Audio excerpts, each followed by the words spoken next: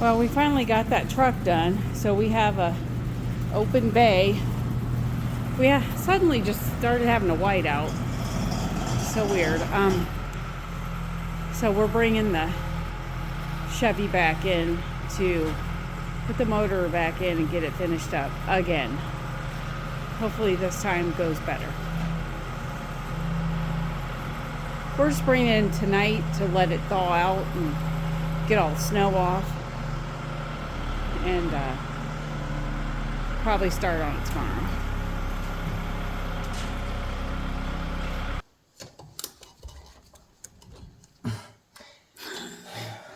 It's one of those days. I guess. I'll get you another light. So that's this housing, it was dirty. There's a big chunk of crap in there. I don't know how that happened, but get it started here.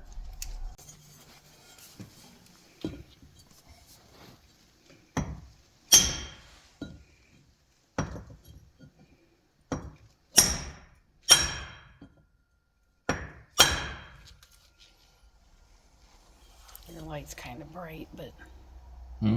your light is kind of bright. Really? Yeah, I mean, for the camera to see, that's a little better. Okay.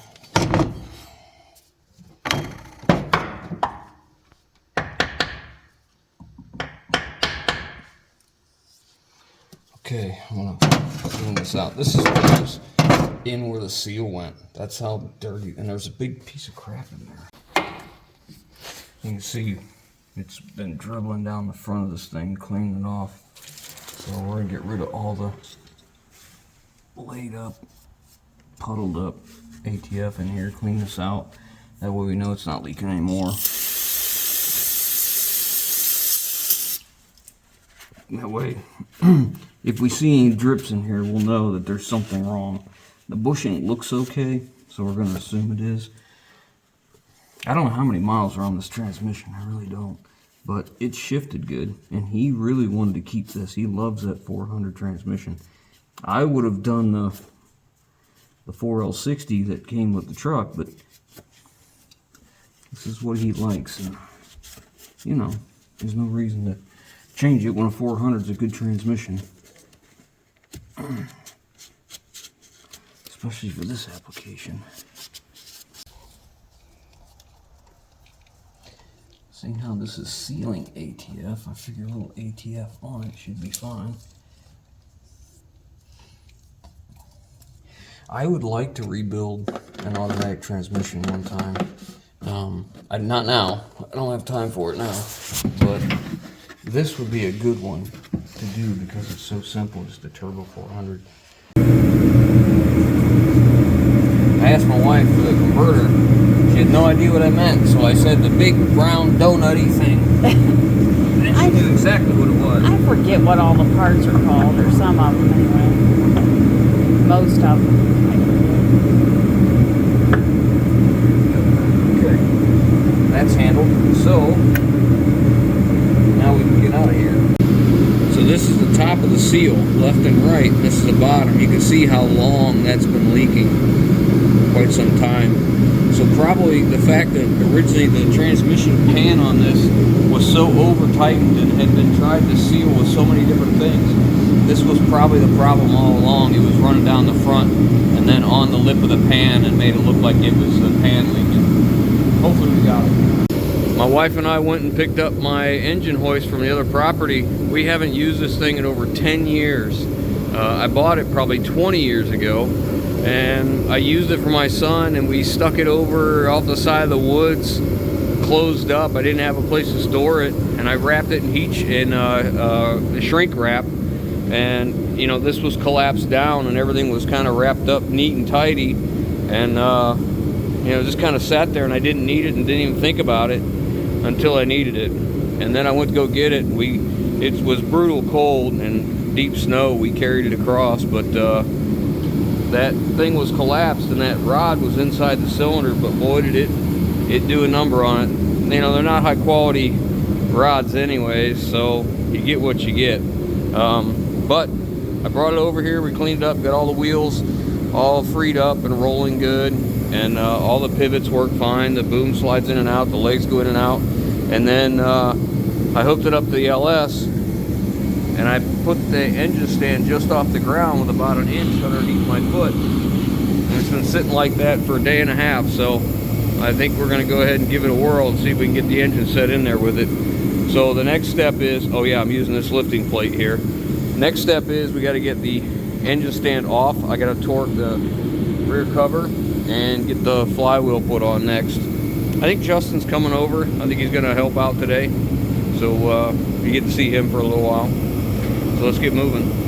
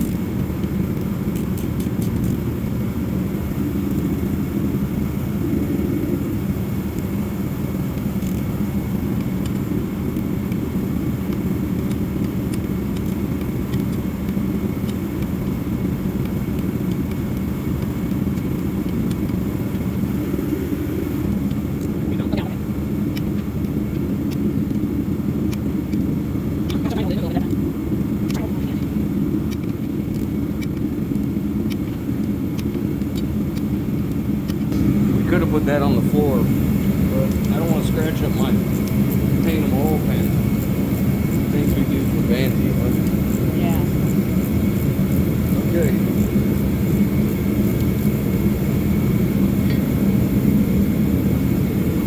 Adjustable, so it fits all different types of pitch and teeth on a starter or a ring gear.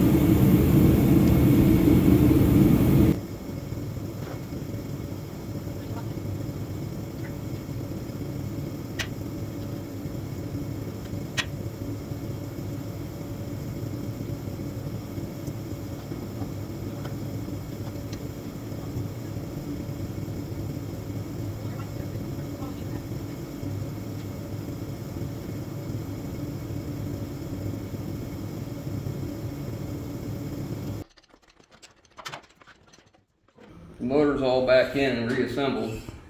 Justin did all the work and I stood here and watched him.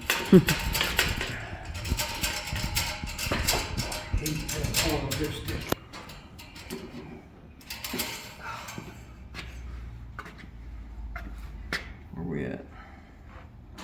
That's almost full. And I filled the oil filter.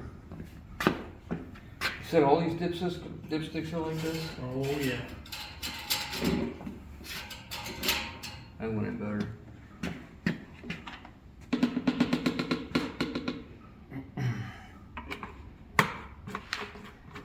We want it to last more than 3 days this time. So now we're gonna crank it over and watch it for oil pressure. Justin's got the fuel pump relay taken out. I've got the ignition coils unplugged, so it should crank over. If the battery's not dead, we haven't checked that yet. And we can watch oil pressure. The battery was dead, so we hooked the battery charger to it and a jump box.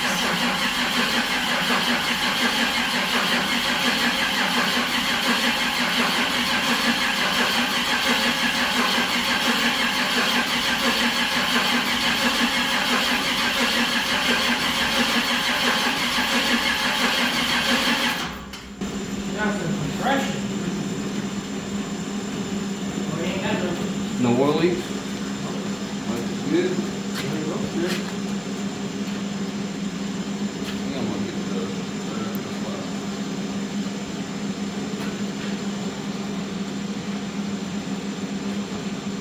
pull that one over there. I'm gonna use the real jump box. Not the fake one. Not the sleek. That's supposed to be a heavy duty one, but You know what? That identified as a jump box.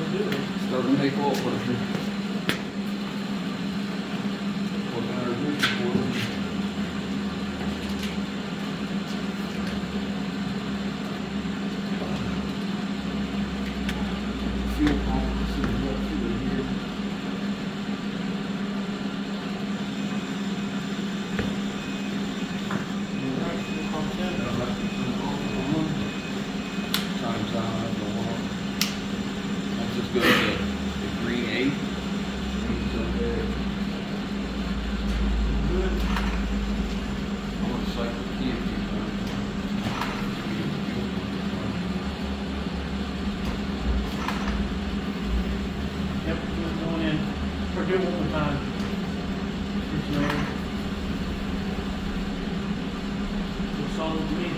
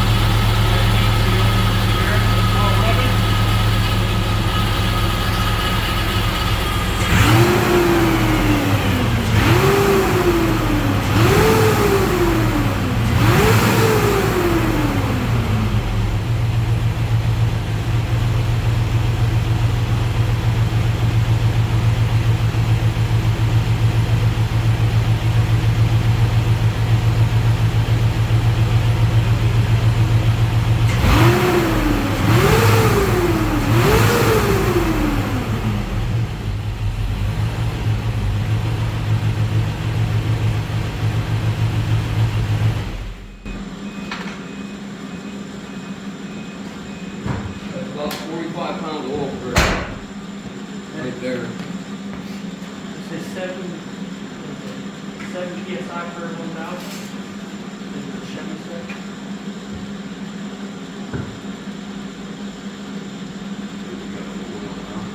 And then we'll put some coolant in it. See, we've probably got something not quite right. I mean, I have something plugged in right to get checked into that. Let's get the scanner and see what's going on. Okay. Fuel pump just kicked off.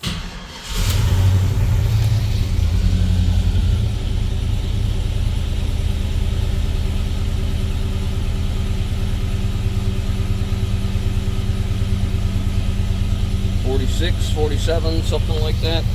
Okay, so here's one of the things we have to take care of. This is an LED light on the check engine. And I didn't notice this before, probably because it was sunny outside, but it's on dim, and that is because this ECM originally, for a check engine light, it ran an incandescent bulb. When you run an incandescent bulb, there's enough resistance and uses of the amperage coming across it that when they open the ground up, it goes off completely. It dissipates the energy. With an LED, you know, there's enough resistance in the wire from here to the ECM and inside the ECM to keep it dimly lit. So I'm gonna have to add a resistor in there to bring it up. Another problem is we have a dead cylinder that's doing nothing. So when we have a dead cylinder, we have to figure out which one is it. If you look, maybe you can see it. So being we have true dual exhaust, the easiest thing for us to do is come back here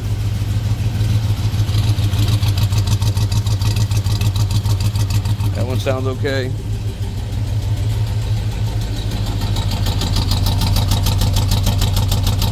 So it's this side. So when you got a dead cylinder, we need to figure out why. So we have to determine, why does it have a cylinder not firing? Is it a mechanical problem? Is it because the engine, a cylinder will need several things to fire? It needs air pushed in, it needs fuel, it needs to be compressed at the right time, it has to have ignition, being spark, and it has to have a way to exhaust. So what we need to find out is, one, why is it not turning the check engine light on bright when there's a problem? And two, why do we have a cylinder not firing? So we're going to find out which one. We don't have a check engine light with a misfire code, so it tells us it's probably not a around 230, around 230, around 230, around a little bit hotter on that one, 250. Of course, that's as we time it. Yeah, it's getting hotter too as we go up. We got to find out which cylinder's not firing. I'm just putting it on the exhaust manifold right at the head. See the red dot there? And we got 270, near 270, 250, a little bit lighter there, And there you go. So that tells us, being as cold as that is, that number 8 cylinder is not firing. So the next step is we need to know, are we not getting spark? Is the coil not producing spark? Is ECM not telling the coil to spark? Is the injector not firing? Is ECM not telling the injector to fire? Is there a problem with the injector? Do we have a compression problem where we can't make compression? Or do we have a fuel pressure problem? So I've got a fuel pressure gauge set up here. And as you can see, we have plenty of fuel pressure. So the next step will be to check spark. So I just pull the plug out and check for spark, and it has spark. So we know it's not ignition. After that, we go to the injector, and we use something, a little test light. These are called Noid lights. I did this last night with Justin, and we just didn't video it. I was kind of chasing my tail a little bit. So these Noid lights will plug into what the plug the injector plugs into, and if you have injector pulse, this will flash, and it tells you that the ECM is trying to fire that injector. Well, we have that. We have injector pulse, but I pulled the spark plug out, it's dry. So we probably got an injector that's sticking, so we're going to go ahead and replace that injector. And look what happened to my paint when we hooked up the pressure, the fuel pressure gauge. I got a little gas on my paint, that stinks. Anyway, so we're going to pull that injector, we're going to try and replace it and see if that changed anything. Okay, so we're going to do the injector balance test with the scanner. So what we're doing is we've got our fuel pressure gauge set up, and as we go into injector balance, it is going to turn the fuel pump on and bring the pressure up before each test. And what it's going to do is it's going to pulse that injector for the same amount of time for each injector, so we can record how much pressure we lose with each one spraying. That pressure change, our reading for each one, will tell us just how much that injector is able to spray. So if you have one that's plugged or not working well, obviously the pressure is not going to come down much. So instead of us just replacing one and trying it, we're going to check every single injector and see what they look like and see if we need to replace any others. So you go through the test. You see here 1 through 8. Number 1, not first in the firing order. 1, 2, 3, 4, 5, 6, 7, and 8. What we're going to do is hit injector number 1. You'll hear it buzz, and you'll hear this. Pumps run, shuts off. Okay, ready? So about 38 pounds. Okay, that was number 1. Now we'll go to number 2. Runs a pump again. Let it stabilize.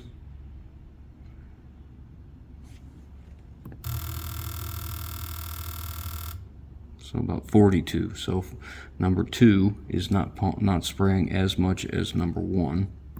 Want to make sure you got a good battery too when you're doing this.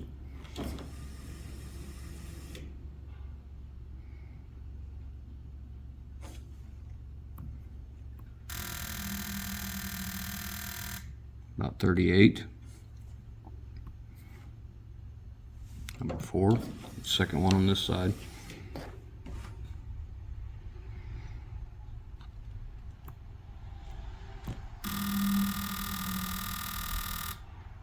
About 36.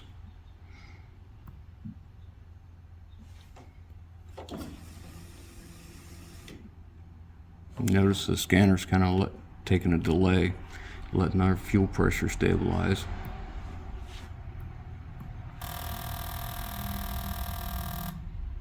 About 38 on number 5.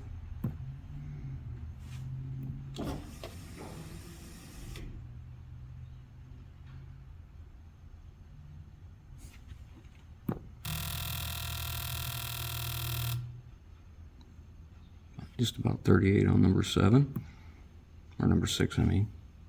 Number 7.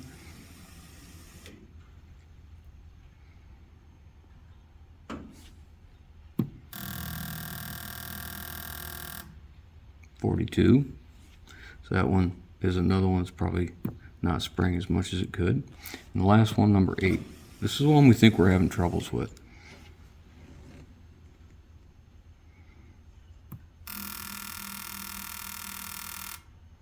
And we only got to 40, about 47. We definitely know that number 8 is not spraying.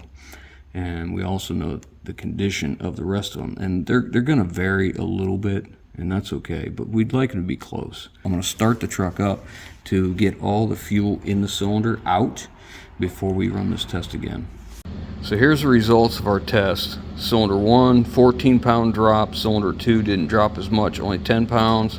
3 was 14, 4 was 16, 5 was 14, 6 was 14. So you see that common area right at 14, and then 7 was 10, and 8 was 5. Only dropped 5 pounds, so that means it's not spraying much. So it's probably stuck, or the end of it's clogged up, something. And I don't want to go through this again, so we're going to replace these. Justin says he has a good set of injectors, so we're going to swap them out. And then we're also going to replace the fuel rail, because this crossover is rusty. See how these things get rusty here? This part isn't so bad, but the other side's wet. And I don't want to be leaking gas on a motor, so we're just going to take care of the issue. You can see how crusty that is right there. It's enough for concern. I really don't want to spend the money, but what are you going to do? And we're going to replace all these injectors. We're going to set this up for right around 60 psi on a blowgun. We'll take our injector. This is a number 8 injector that's not doing anything. Put a little brake parts cleaner down the center of it.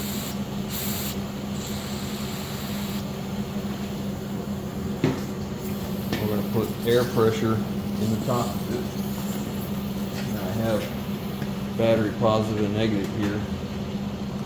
Should be able to see what we're doing here.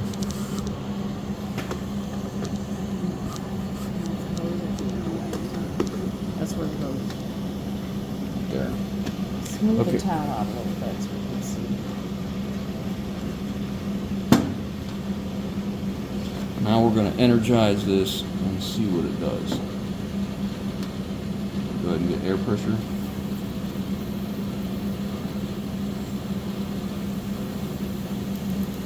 Yep, there you go. Look. You see it had that little bitty string? Is it clogged up or something? Yep. That's why it couldn't take it off. That's why it did that straight stream. There was something in it. Now we'll fill this again.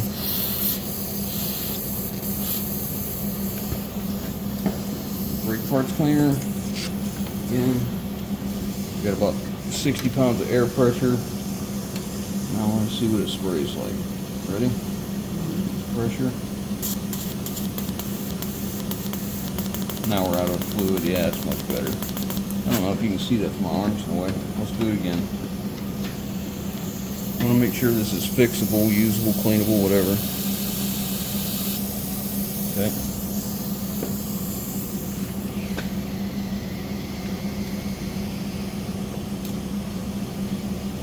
These are just test leads off the battery. Watch right here. Get closer. Ready? Air pressure.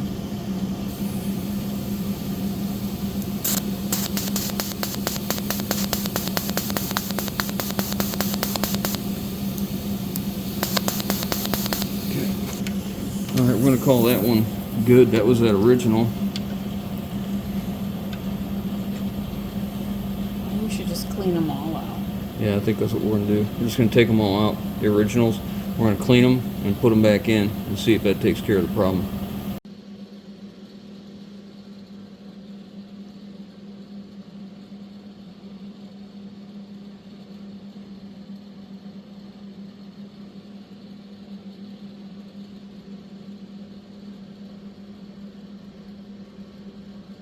So I got all the injectors cleaned, and the way we were doing it was just putting some brake parts cleaner down in the injector and then taking a blowgun with regulated air to 60 psi and putting pressure to it, and then taking 12 volts and just pulsing the injector until it sprayed clear. And it worked well. All 8 of them, we got them to be, you know, very, very close looking to the naked eye. Obviously not precise and, you know, up to a certain spec, I'm sure, but nonetheless, it was improvement. So after that, we put it all back together and primed the system. I started the truck up, and it ran fantastic. I mean, just as nice as it ever has for a few seconds. And then, I don't know, 10, 15 seconds, whatever. And then we started to get the same thing. And I ran the test again, and the test showed, again, it was the same thing. Cylinder 8 had very little contribution. Cylinder 7 was less, and number 2 was less, those same ones. And I thought, you know, I don't think this is these injectors, because when I took this apart, I should have moved one, but I didn't. But when I took it apart, I looked at the ends of the nozzles after we cleaned them, and they all were really spraying well and looked nice and clean. So I took that back off, and I was going to move the injectors to a different hole, just in case I overlooked something electrically. But when I did, I went to go take it out. This is what I found. I put a blue towel here to catch the gas, and as you can see right there, that little speck, there's a few specks of, that's rust. And that's from inside the tube. You can see it's rusty on the outside. So I took the injector out of this rail, and when I did, I wanted to pour the gas out first. So I poured the gas into a bowl, and this is what we got. Of course, the gas is evaporated now, but you can see all of this was in this fuel rail. So being this is, and it's rust, I could put a magnet in there and it'll stick to the magnet. That's all rust. I don't have a fighting chance of cleaning injectors when I've got supply like this in there. And this is after the filter, of course. So what I think has happened is, if you don't know, I bought a parts truck from Justin, who's a friend of ours. Now the truck he bought had been sitting in the field for a long time, and it hadn't run. And he went and bought it and went to go get it started, and the fuel lines were just leaking all over the place because they were rusty and had holes in them. So he put temporary lines from the engine to the sending unit. He put a new sending unit in the tank. So when he put all that together and got it running, I have to believe that at some point those rusty lines, since it was past the filter, got up into these rails and had been sitting here. And the reason that it never really came about to us is because we didn't have the intake off. We set this engine down in here with the intake on it. We never took it off. But once we took the engine apart, we had the intake off, and it was laying this way or laying that way and whatever. And wherever that rust was, it's at the back now. And the reason when it started to, it ran good and it started to miss, I ran the test again. And when I ran the test that I showed you earlier, we came up with the same thing. Number 8, almost no contribution at all as far as any pressure loss, any drop. Number 7 was less, and number 2 was less. And I contribute the 2 rear ones to having this problem because the engine's tilted back this way, so naturally, you know, all that rust is probably going to accumulate back here and maybe fill those first. And the fact that this side doesn't have a return. So when the fuel comes in that side and it comes over to here, they're not looping back in to circulate fuel. It just comes over here and holds pressure. On the other side, you have a return line past the regulator. So it's possible some of that stuff could return.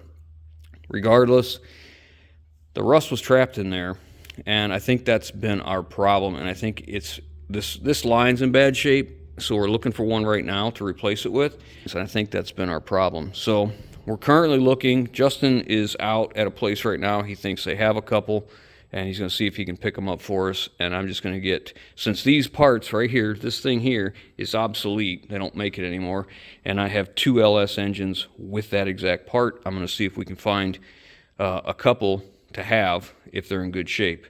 So that's where we're at now. Hope we can get them.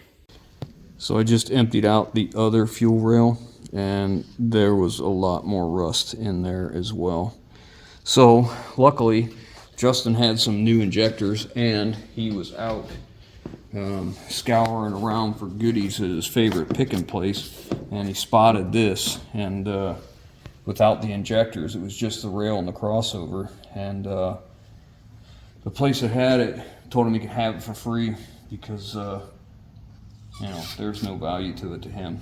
There's, you know, we didn't get injectors, but he had injectors, so now we're going to put it in. This one looks in really nice shape and no leaks, so we got the O-rings, Justin's new O-rings in, and we're ready to put it in place to see if that takes care of our problem. It looks like I'm going to have to do some more looking on these injectors, because it may be that the later LSs have a difference in the fuel rail, not so much this tubing. The tubing that I have that's bad is two different pieces. Like there's a crossover and there's a feed here. This is the return. So it's possible the newer ones just may not have the return right here. So I might be able to use this. I'm gonna have to look into it and see. This is off a truck intake, by the way. Well, we got it all back together, and he's priming the fuel system right now, and then we're gonna start it up, see if it sounds better. I hope.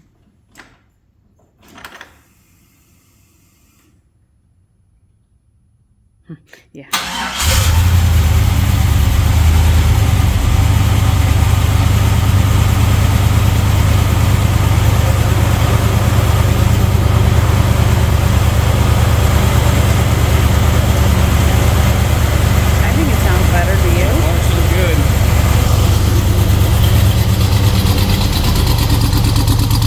Better. Of course, we got high idle right now.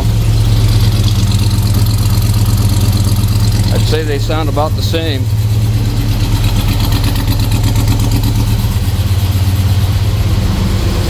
Well, let's get it warm and find out. So far, so good. We have some minor differences on temperature coming out, but nothing substantial. And I don't know if you can tell how smooth it's idling now. Much better.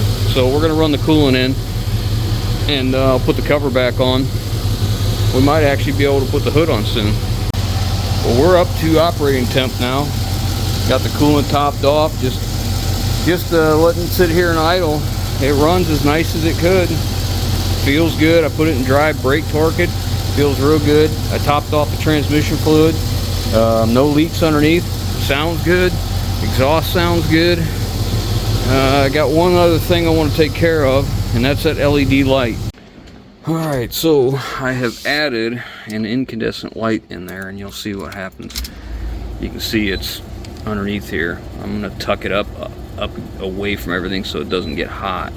But what you'll see is when you start it up, now the light goes off completely.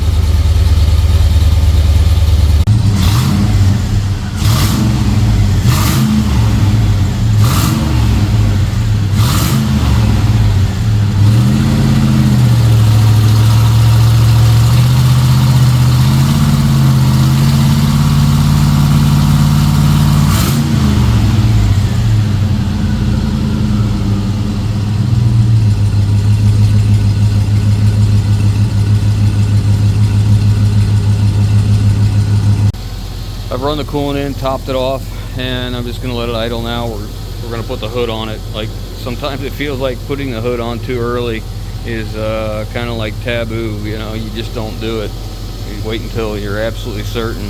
So everything seems to be working out pretty good. I'm going to let it warm up, and it's a little too nasty out today on the road to take it for a run. I don't want to get his rust-free truck all covered in salt crap, so may have to wait a day or two.